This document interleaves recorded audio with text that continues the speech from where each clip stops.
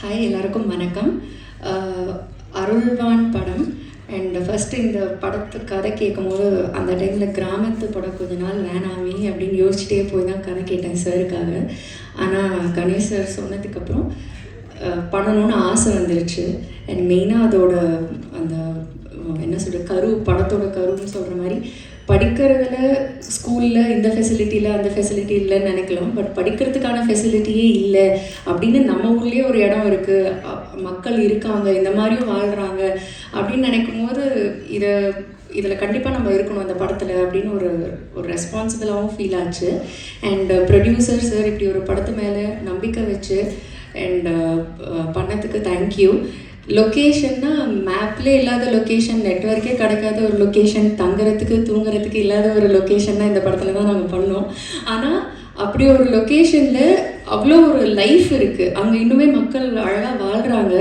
அங்கே போகிறதுக்கு இருக்கிறதுக்கு கஷ்டமாக இருக்கே தவிர அங்கே இருந்தே ஷூட்டிங் பண்ணும்போது அது பழகி அவங்களோட வாழும்போது அது ஒரு சுவாரஸ்யமாக இருக்குது. அண்ட் சுகுமார் சாரோட நாங்கள் ஏற்கனவே படம் பண்ணியிருக்கேன் ராரா. கிராமத்தை காட்டுவாங்க, அழகாக காட்டுவாங்க. பட் கிராமத்தை பிரம்மாண்டமாக காட்டுறது சுகுமார் சார். இந்த ட்ரெய்லர்லேயே பார்த்துருப்பீங்க, ஒவ்வொரு விஷுவலும் அப்படியே கண்ணை பறிக்கிற மாதிரி இருந்தது.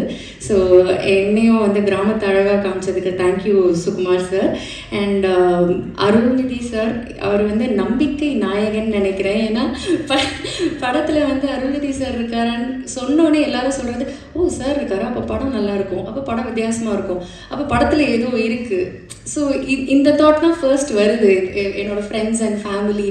ஸோ அப்படி ஒரு நேம் இருக்குது அவர் சூஸ் பண்ணியிருக்காருன்னா அந்த படத்தில் ஏதோ ஒன்று இருக்குன்ற நம்பிக்கை. ஸோ கண்டிப்பாக இந்த படத்தில் இருக்குது, அதனால தான் அவரும் நம்பியிருக்காரு. And Sakthi sir, thank you so much. நீங்கள் இந்த படத்தை ரிலீஸ் பண்ணும்போது அதுக்கு அடுத்த கட்டத்துக்கு போன ஒரு நம்பிக்கை ஆல்ரெடி எங்களுக்கு வந்துருச்சு. தேங்க்யூ. அண்ட் ஆரம் என்னோட கோ actor, so such a dedicated actor. ஏன்னா அங்கே நாங்கள் பண்ணும்போது காளி சார் சொன்ன மாதிரி தான் அந்த லொக்கேஷன் போகிறது இப்படி போகலாம் இப்படிலாம் நாங்கள் போயிருக்கோம். அண்ட் அவர் அப்படி போய் மலை மேலே ஏறி அது மேலே மரத்து மேலெலாம் ஏறி அண்ட் ஒரு ஃபால்ஸ், ஒரு ஹியூஜ் ஃபால்ஸ் கீழே நாங்கள் ஷூட் பண்ணும்போது செம்ம குளிர் அப்போது. பட் அவர் உடம்பு ஃபுல்லாக சந்தனத்தை பூசிட்டு ஒரு போஸ்ட்லாம் பேலன்ஸ்டாக இருக்கணும். ஸோ அதெல்லாம் ரொம்ப கஷ்டம். அங்கே நாங்கள் கூட இருந்து பார்த்ததுனால தெரிஞ்சுது. பட் ஒவ்வொரு நாளும் அவ்வளோ டெடிக்கேட்டடாக இருந்தார். And such a wonderful co actor also. Krithika லொக்கேஷனில் நிறைய கீழெல்லாம் விழுந்து மண்டையில் பாறையிலலாம் கூட அவளுக்கு விழுந்து நடிச்சான்ற மாதிரி அவ்வளோ ஒரு டெடிக்கேஷன் அது பாப்பா. ஸோ இப்போ பாப்பா இல்லை, இப்போ க்ரோன் அப், பட் ஸ்டில் அவ்வளோ ஒரு அவங்க தான் படத்தோட என்ன சொல்கிறது ஹீரோ மாதிரி. ஸோ எனக்கு இந்த படத்தில் ஒர்க் பண்ணது ரொம்ப ரொம்ப சந்தோஷம். வாய்ப்பு கொடுத்ததுக்கு நன்றி. GV Prakash sir, such a soulful music. Allipoove song repeat மோடில் தான் கேட்குறேன். I think he knows the way to people's heart. அவர் பாடினா அது டைரெக்டாக ஹார்ட்டில் ஹிட் ஆகிடும். So thank you GV sir. And படத்தோட ஏடிஸ் எல்லாத்துக்குமே தேங்க்யூ. சாம், எய்ட், அசிஸ்டண்ட், அசோசியேட் எல்லா டிபார்ட்மெண்ட்லேயும் சாம் இருப்பார். ஏன்னா அந்த லொக்கேஷனில் ஒர்க் பண்ணுறது அவ்வளோ ஈஸி இல்லை. நாங்கள் ஆர்டிஸ்ட்டாக எவ்வளோ கஷ்டமோ அதை விட கஷ்டம் டெக்னீஷியன்ஸ்க்கு, அவங்க ஓடிக்கிட்டே இருக்கணும். ஸோ பாதி பேர் கொஞ்சம் பேர் லொக்கேஷனில் இருக்க முடியாமலே போயிட்டாங்க. அப்படி இருக்கும்போது கடைசி வரைக்கும் சாம்லாம் இருக்கார். So thank you Sam. அண்ட் எல்லாருக்குமே ரொம்ப ரொம்ப ரொம்ப நன்றி. யாரையாவது விட்டுட்டேன் தெரியல. Thank you so much. Thanks for the opportunity. Thank you. எல்லாருக்கும் வணக்கம். நான் கிருத்திகா பாலசுப்ரமணியன். இந்த சினிமா இண்டஸ்ட்ரியில் எனக்கு அவ்வளோ பெருசாக பேக்ரவுண்ட் கிடையாது. நான் ஒரு பட்டிங் ஆர்டிஸ்ட் அப்படின்னு சொல்லலாம். ஸோ அப்படி இருக்கும்போது இந்த படம் அருள்வான் எனக்கு கிடைச்ச ஒரு பெரிய வரம். இந்த மாதிரிலாம் நான் படம் பண்ணுவேன்னா, இவ்வளோ பெரிய ஆர்டிஸ்ட் கூட நான் நடிப்பேனான்னு எனக்கு ஒரு கனவாக இருந்துச்சு. ஸோ அந்த கனவை நிறைவேற்றி வச்ச கணேஷ் விநாயகன் சாருக்கு என்னோட நன்றி. Thank you so much for this opportunity sir. And first of all இந்த கதையை எடுத்து மக்கள்கிட்ட கொண்டு போய் சேர்க்கணும்னு நினச்ச அந்த டிசிஷனுக்கே ரொம்ப ரொம்ப நன்றி சார். அண்ட் இந்த படத்தோட ப்ரொடியூசர் எஸ்டி சரவணன் சார், அவர் முழுக்க இந்த படத்தில் அவரோட நம்பிக்கையும் அவரோட டைமையும் இதில் இன்வெஸ்ட் பண்ணியிருக்காரு. அது அவருக்கும் ஒரு பெரிய நன்றி. And Sukumar sir, director of cinematography, எங்கள் எல்லாருமே அவ்வளோ அழகாக கேப்சர் பண்ணி ஸ்க்ரீனில் கொண்டு வந்திருக்கீங்க சார். அண்ட் ஒரு லொக்கேஷனுமே பார்க்க அவ்வளோ பிரெத் டேக்கிங்காக இருக்குது. ஒன்று பார்த்து அவர் லொக்கேஷன் ஃபிக்ஸ் பண்ணி ஷூட் பண்ணார். Thank you so much for that sir. And இந்த படத்தோட music director GV Prakash sir, thank you so much for all the beautiful songs. இந்த அல்லிப்பூ பாட்டு மட்டும் நான் ரிலீஸ் ஆனதில் ஒரு நல்ல 100 தடவை நான் அந்த பாட்டை கேட்டிருப்பேன். அவ்வளோ இனிமையாக இருக்குது. அண்ட் யுகபாரதி சாரோட லிரிக்ஸுமே அவ்வளோ அழகாக இருக்குது. அவர் இங்கே இல்லை, but still thank you so much sir. And இந்த படத்தோட stars Arulnithi sir, RF sir, Ramya Pandian ma'am, John Vijay sir, Kaali Venkat sir and VTV Ganesh sir. இவங்க கூட நடித்தது எனக்கு வந்து ஒரு பெரிய எக்ஸ்பீரியன்ஸ் அண்ட் ஒரு புது லேர்னிங் அப்படின்னு சொல்லலாம். And Lawrence Kishore sir, thank you so much. And கடைசியாக உங்கள் எல்லாருக்குமே as a press and media, இந்த அருள்வான் படம் பூஜை போட்டதுலேருந்து இப்போ ரிலீஸ் வரைக்குமே வந்து நிற்குது. ஸோ இதுக்காக அட்லீஸ்ட் இந்த படத்துக்காக ஒரு 100 பேர் வந்து ராத்திரி பகலமாக உழைச்சிருப்பாங்க. இந்த படம் நல்லா வரணும், நிறைய எஃபர்ட்ஸ், நிறைய ஹார்ட் ஒர்க், நிறைய சேலஞ்சஸை க்ராஸ் பண்ணி தான் நாங்கள் இவ்வளோ தூரம் வந்திருக்கோம். ஸோ இந்த படத்தை நல்லபடியாக நீங்கள் கொண்டு போய் சேருங்கிற நம்பிக்கையோடு நான் விடைபெறுறேன். நன்றி, வணக்கம். ஆயிடுச்சு. ஆனால் ஒரு முக்கியமான கதாபாத்திரம் எழுதி அதை நடிக்க வச்சார். இந்த படம் ஷூட்டிங்னாவே உதவியாளர்கள்லாம் அலறுவாங்க. ஏன்னா மனித நடமாட்டமே இல்லாத இடத்துக்கு தான் ஷூட்டிங் கொண்டு போகிறது. அதுலேயும் நம்ம சுகுமாரன் இருக்கார, ஒரு கால் தடப்படாத இடமா இருக்கும். அந்த மிருகங்களும் ஏறி போக முடியாத ஒரு சூழ்நிலையாக தான் இருக்கும். ஒரு புதர் காடாக இருக்கும். அந்த காட்டுக்குள்ளே கொண்டு போய் அவர் கேமரா வச்சுக்கிட்டு ரிவர்ஸில் ஓடுவார். நம்ம ஃபார்வேர்ட்லேயும் நடக்க முடியாது. அந்த இடத்துல கொடி அடிச்சதுன்னு முட்புதர்லாம் இருக்கணும். அதுக்குள்ளே ரிவர்ஸில் கேமரா தூக்கிட்டு மேலே ஏறி ஓடிக்கிட்டு இருப்பார். நம்ம அவரை ஃபாலோ பண்ணி போகிறதே பெரிய கஷ்டமாக இருக்கும். அந்த மாதிரி ஒவ்வொரு நாளும் சவால். ஒரு நாள் அந்த பூக்கால் பக்கத்தில் ஒரு அங்கேருந்து ஒரு 4 கிலோமீட்டர் கீழே இறங்கி ஒரு பள்ளத்துக்குள்ளே ஷூட்டு. ரூம்லாம் கிடையாது. வழக்கம் போல் கேரவன் ரூம் அதுக்கெல்லாம் இடம் கிடையாது. அவங்கவுங்க டென்ட்டு அவங்களே தூக்கிட்டு போயிடணும். கீழே போய் டென்ட்டு போட்டு தான் தங்கணும் அந்த ஷூட்டிங் ஸ்பாட்டுக்கு. இறங்கினோடனே இங்கே தான் பக்கத்தில் அப்படி இறங்கி போயிடலான்ட்டு அந்த உள்ளூர்காரர் ஒருத்தர் அவர் வேகமாக இறங்கி போயிட்டு இருந்தார். அது இறங்கும்போது ஒரு கல் ஒன்று உருண்டு அப்படியே போச்சு. அந்த கல்லை ஃபாலோ பண்ணி பார்த்தேன். அது கீழே அந்த மலையை தாண்டி கீழே தான் போய் லேண்ட் ஆச்சு. எங்கேயுமே லேண்டிங்க்கு இடம் கிடையாது. அப்படி தலையில் இறங்கி போகணும். அதில் வந்து அது ஒரு பாதை போட்டிருக்காங்க, வேறு ஒரு இடத்துக்காரங்க. அந்த மாதிரி ஒவ்வொரு நாளுமே இந்த கடைசி ஷெட்யூலில் எனக்கு டேட் இல்லைன்னொடனே உதவியாளர்கள்லாம் குஷி ஆகிட்டாங்க. அப்பா அந்த படம் போகலையா அப்படி. அது 2 நாள் நடிக்க முடியாமல் ஆச்சு. அந்தளவுக்கு ரொம்ப சவால். இடையில நடிச்சிருந்த அந்த சின்ன ரோல் நடிக்கிற எனக்கே இவ்வளோ சவாலாக இருந்துச்சுன்னா ஒவ்வொரு நாளும் அந்த படத்தை எப்படி எடுத்திருப்பாங்க பாருங்கள். பயங்கரமான ஒரு விசுவல் எக்ஸ்பீரியன்ஸாக இருக்கும் அந்த படம். நான் கொஞ்சம் எனக்கு காமிச்சார் எங்கள் டைரக்டர் சார். பார்த்தேன், ஐயோ சுகுமாரன் வந்து ஏற்கனவே வந்து அவர் காட்டுக்குள்ளே பிறந்து வளர்ந்த மாதிரி தான் படம் எடுத்திருப்பார். இதில் வந்து இந்த காட்டை வேற ஒரு பர்ஸ்பெக்டிவில் காமிச்சிருக்காரு. அது எல்லா லொக்கேஷனுமே மேகத்துக்கு மேலே தான் இருக்குது. ஒரு மேகம் இருக்குல்ல, அந்த மேகங்களுக்கு மேலே இருக்கிற உயரத்தில் தான் இருக்கிற மாதிரி லொக்கேஷன். ஒரு ஹெவனில் வச்சு ஷூட் பண்ண மாதிரி பண்ணியிருக்காரு.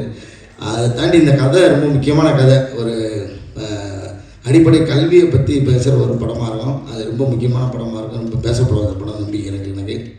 அப்புறம் அருள்நிதி சார் ஒரு படத்துக்குள்ளே சாதாரணமாக வர மாட்டார்ல, அவரோட கதை தேர்வு நமக்கு தெரியும். அந்த மாதிரி அவ்வளோ முக்கியமான அது ஒரு படமாக இருக்கும். ஆரவ் சார், ரம்யா, எல்லாருக்குமே பாப்பா நடித்தேன், எல்லாருக்குமே கூட நடித்த எல்லாருக்குமே ரொம்ப நன்றி. ரொம்ப நல்ல எக்ஸ்பீரியன்ஸ் கொடுத்தது இந்த படம். இந்த படம் பெரிய அளவில் வெற்றி வரும் நம்பிக்கை இருக்குது. நன்றி, வணக்கம். திரைப்பட விநியோகங்கிறது வந்து பொதுவாக வர்த்தனை சார்ந்தது. ஒரு சில படங்கள் மட்டும் மனசுக்கு நெருக்கமாக பிடிச்சி பண்ணுவோம். அது மாதிரி சில படங்கள் அமையும். இது வந்து அது கருத்து ரீதியாக இருக்கலாம், அந்த படத்தோட காட்சி அமைப்பாக இருக்கலாம், ஏதோ ஒரு விதத்தில் நெருக்கமான ஒரு விஷயமா இருக்கும். ஒரு அரசு பள்ளியில் படிக்கக்கூடிய மாணவர்கள் அதை பற்றி எனக்கு நிறைய கேள்வி இருக்கும். சும்மா எனக்கு பர்சனலாக நான் வெளிப்படையாக அதை யார்கிட்டையும் பகிர்ந்துக்கிட்டதில்லை. எனக்கே நிறைய கேள்வி இருக்கும். ஒரு அரசு பள்ளி அந்த அரசு பள்ளி கூட கிடைக்காத ஒருத்தவங்களை பற்றி வந்து 2026 ஒரு படமாக வருது. கொஞ்சம் ஒரு 2000 உள்ள ஒரு படம் மாதிரி பண்ணியிருக்காங்க. ரொம்ப ரொம்ப ஒரு மாதிரி அது பார்க்கவே ரொம்ப ஒரு மாதிரி இருந்துச்சு. அதில் ஒவ்வொரு கதை மாந்தர்களும் சின்ன சின்ன சின்ன சின்ன கேரக்டர்லேருந்து ஆரம்பித்து ஒன்றும் அது செதுக்கப்பட்ட விதம். இந்த director Ganesh Vinayagam and Sukumar sir 2 பேர் சேர்ந்து ஏற்கனவே தேன்னு ஒரு படம் பண்ணாங்க. நான் அந்த படத்தை வந்து வெளியிட்டேன். இவங்க 2 பேருக்குமே ஒன்று உண்டு. இந்த காடு மலை அப்படின்னாலே 2 பேருக்கும் பயங்கர சந்தோஷம் வந்துடும்னு நினைக்கிறேன். அதை வந்து மொத்தமாக அப்படியே எடுத்து கொண்டாந்து கொடுக்கணும்னு சுகுமார் சார் சொல்லவே வேண்டியதில்லை. காடு மலை அருவி அப்படின்னா வந்து சுகுமார் சார்னு பேட்டர்ன் பண்ணி வச்சுட்டாரு போல் இருக்கு. அதோட மொத்த அழகியலையும் உள்ளே எடுத்துகிட்டு வந்தாங்க. வந்ததுக்கு பிறகு அதுக்குள்ளே இருக்கக்கூடிய சின்ன சின்ன கேரக்டர்ஸ், அந்த அந்த சின்ன குழந்தை அது நடித்ததாக இருக்கட்டும், அதுக்கு பிறகு வந்து அவங்க ஆரவ் அண்டு ரம்யா பாண்டியன் பேர் அவங்க பண்ணியிருக்கதாக இருக்கட்டும், என்னென்னா நடிப்புலேயே வந்து ஒரு பெரிய மெச்சூரிட்டி இருக்கும், ஃப்ரேம் பை ஃப்ரேம் வந்து ஒரு அழகியல் இருக்கும். இதையெல்லாம் தாண்டி ரொம்ப ஒரு ஹார்ட் ஹீட்டிங்கான விஷயத்தை வந்து ரொம்ப அழகாக எடுத்து சொல்லியிருந்தாங்க.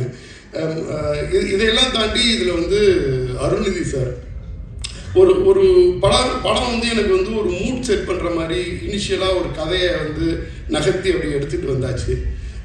அருள்நிதி சார் ஒரு ஸ்டேஜுக்கு பிறகு உள்ளே வர்றாரு. வந்ததுக்கு பிறகு அந்த படம் வந்து ஒரு ஒரு ஆர்ட் ஃபார்மில் இருக்க படம் ஒரு கமர்ஷியல் படம் மாதிரி வந்து ஒரு பரபரன்னு போக ஆரம்பிச்சிச்சு.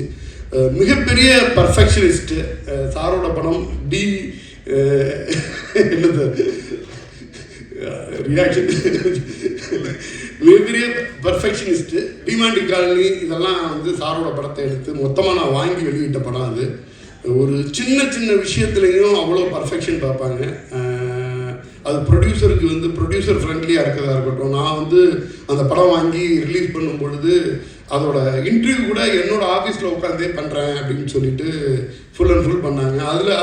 அதில் உள்ள செலவை கம்மி பண்ணி வேறு ஏதோ ஒரு ப்ரொமோஷனுக்கு நீங்கள் யூஸ் பண்ணலாம் அப்படின்ற மாதிரி சொல்லிட்டு சின்ன விஷயமும் ப்ரொடியூசருக்கு ரொம்ப கோஆப்ரேட்டாக அந்த ஒரு டீம்னா அந்த டீமுக்கு வந்து எவ்வளோ சப்போர்ட்டிவாக இருக்க முடியும், தன்னோட பங்களிப்பு வந்து என்ன மாதிரி இருக்கணும் பார்த்து பண்ணக்கூடிய ஒரு ஹீரோ.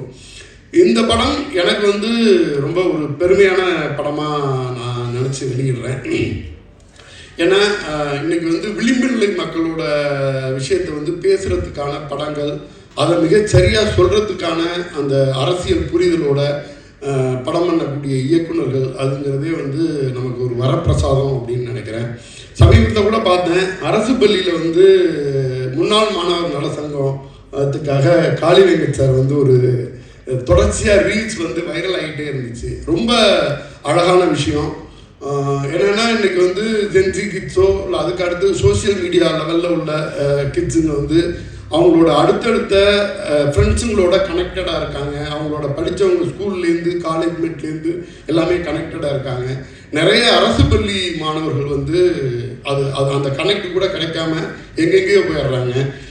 அது வந்து என்னென்னா நான் தான் நினைப்பேன், ஒரு அரசாங்கமே அதை எடுத்து முன்னாள் மாணவர் நல சங்கத்தை வந்து பண்ணால் என்ன அப்படின்னு எல்லாம் கூட யோசிச்சிருக்கேன். இந்த படத்தில் சம்மந்தப்பட்ட காளி வெங்கட் சார் வந்து அவரோட பள்ளிக்கு ரொம்ப அழகாக அதை பண்ணுறாரு. வாழ்த்துக்கள் காளி வெங்கட் சார். இந்த படம் பெரிய வெற்றி அடையணும். அதே மாதிரி வந்து 90 பிக்சர்ஸ் எஸ்ஜி சரவணன் சார் அவங்க மிஸ்ஸஸ் ஒரு மிகப்பெரிய நம்பிக்கையோட ஜிவி பிரகாஷ்